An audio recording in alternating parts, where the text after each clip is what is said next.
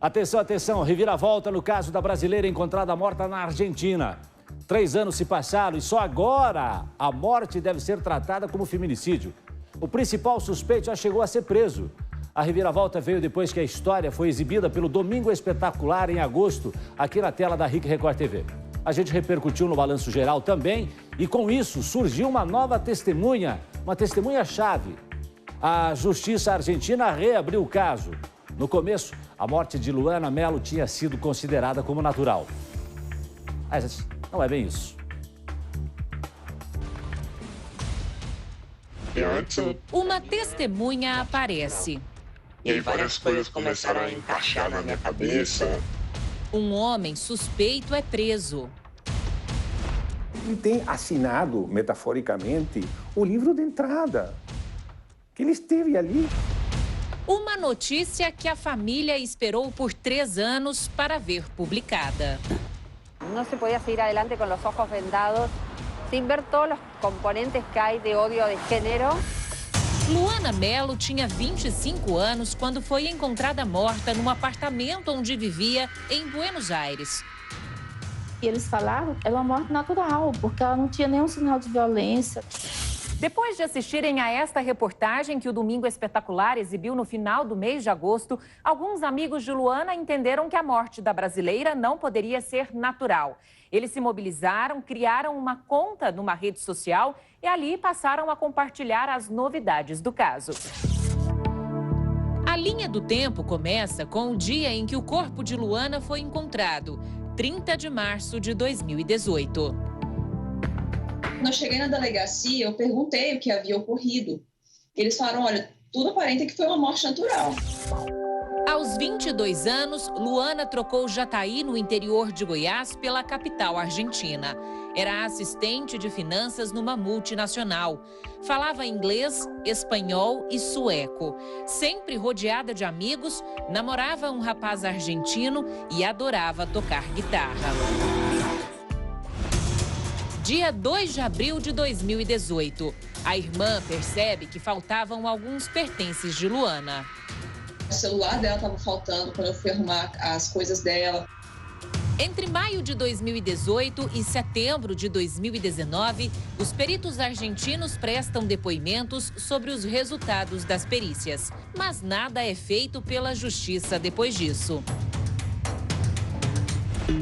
Convidado pelo Domingo Espetacular em agosto passado, o perito Ricardo Molina analisou os laudos da autópsia e do material encontrado no apartamento horas depois da morte.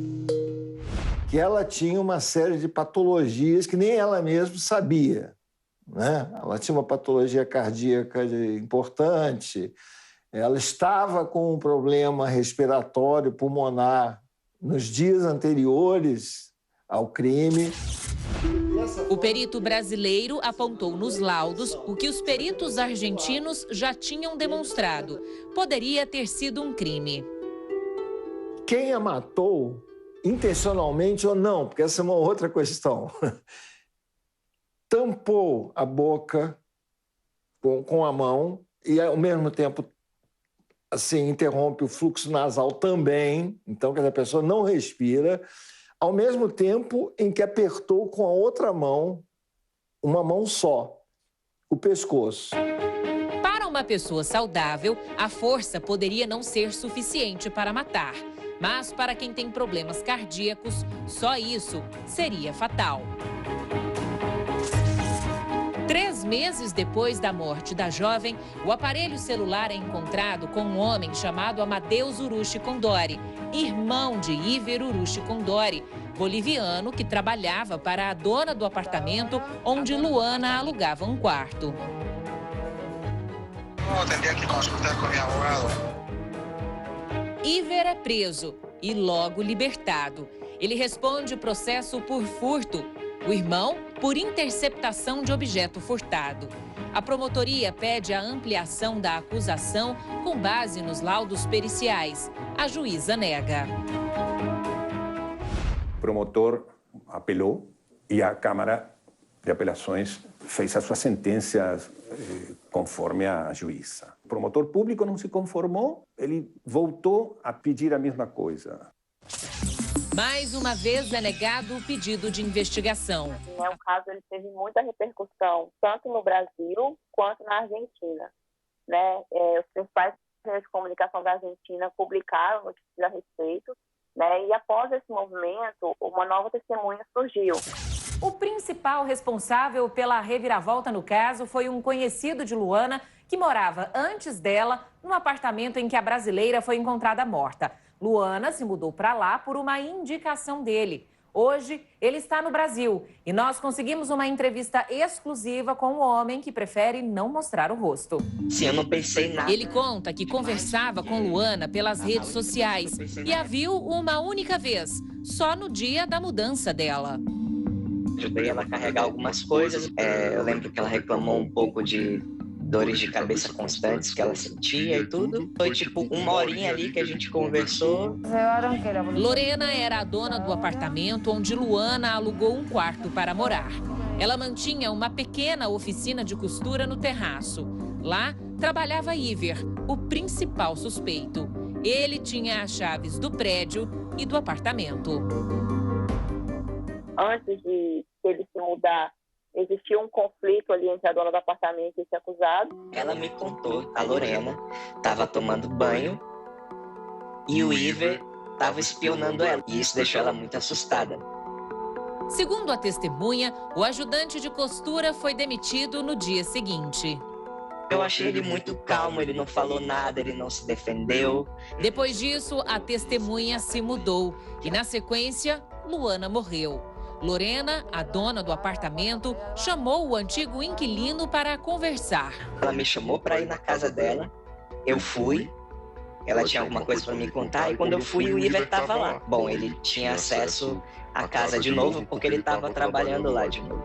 A relação conturbada entre o suspeito e a dona do apartamento levantou dúvidas. Com isso, o promotor entrou com um novo recurso na Câmara de Apelações, pedindo para que a acusação fosse ampliada. Na linha do tempo feita pelos amigos de Luana, aparece o dia da prisão preventiva de Iver Uruki.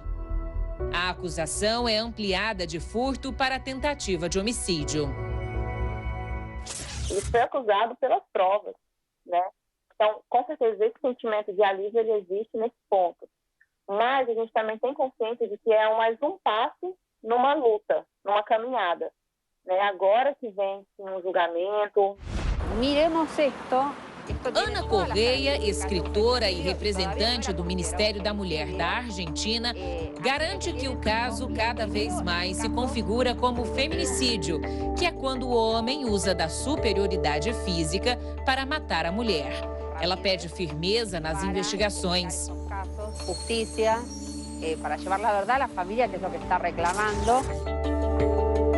Por que a justiça não investiga o principal suspeito? Esta é a pergunta feita pelos amigos e família de Luana à Justiça Argentina há 3 anos, que só agora começa a ser respondida. Os amigos dela, eu não tenho palavras, eu agradeço a eles todos os dias. A Luana é uma pessoa muito amada, muito mesmo, e eu tenho certeza que...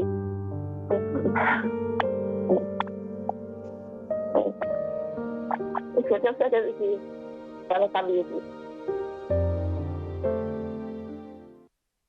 O que chama a atenção, doutora Márcia, é que a gente vê muitas semelhanças no trabalho das polícias, tanto aqui no Brasil como também lá na Argentina, E a situação que, se não é a insistência da família e dos amigos também, não sei se já teria sido praticamente solucionado esse caso. 3 anos para se chegar a esse homem. Talvez as circunstâncias iniciais em que se viu a morte dela não se evidenciou naquele momento, como foi explicado, que ela tinha um problema cardíaco, talvez tivesse credenciado a isso, a morte dela, mas é importante sim que as polícias, sejam a de lá, a de cá, ou seja, que a justiça seja feita para que as mulheres não sejam vitimadas no lugar onde elas deviam se sentir seguras, ou seja, dentro de casa, por homens que usam da sua força e daquele privilégio de poder entrar na casa delas para matá-las, Jasso?